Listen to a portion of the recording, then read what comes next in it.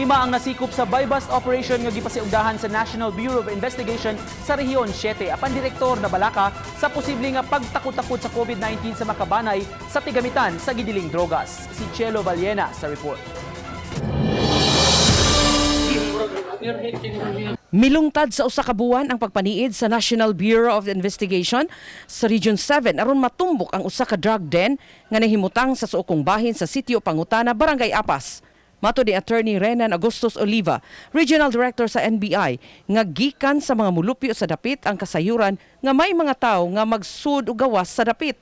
Human masuta nangayo dayon ang NBI og search warrant gikan sa korte. Nagbunga ang kahago sa NBI 7. Human masikop ang tulo ka magsuong sila si Joel Buntilaw Algoso, Edwin Buntilaw Algoso ug Armando Buntilaw Algoso. Nasikop usab ang laing duha nga sila si Jester Raro Tingkay ug Jumar Umayan Wabinga. Atong gi-focus ana based sa information, should go ang mga tao diha ana mo suyop.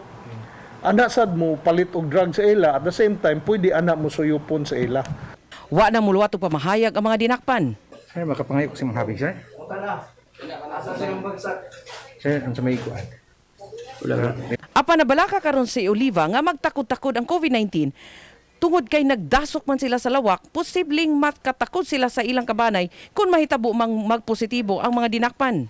Let's be vigilant para di mo spread ang virus. Ang hangyo nako sa publiko, also be vigilant sa drugs. Kung dunay drug activity sa inyong area, please report to us. Subling awhag ni Oliva sa publiko nga magmagbinantayon ug ipahibaw sa mga law enforcement agency ang mga tawo nga musud og gawas sa hilit nga mga dapit kay posibleng nalambigit sila sa gidiling drugas ug makatakod usab sa virus tungod kay wa naman masubay ang health protocol. Ilang gipaubos sa rapid ug swab test ang 5 ka dinakpan ug gihatagan og face mask aron masayron kung luwas ba sila sa COVID-19. Uban ni Marlon Melgazo, Chelo Vallena, Balitang Bistak.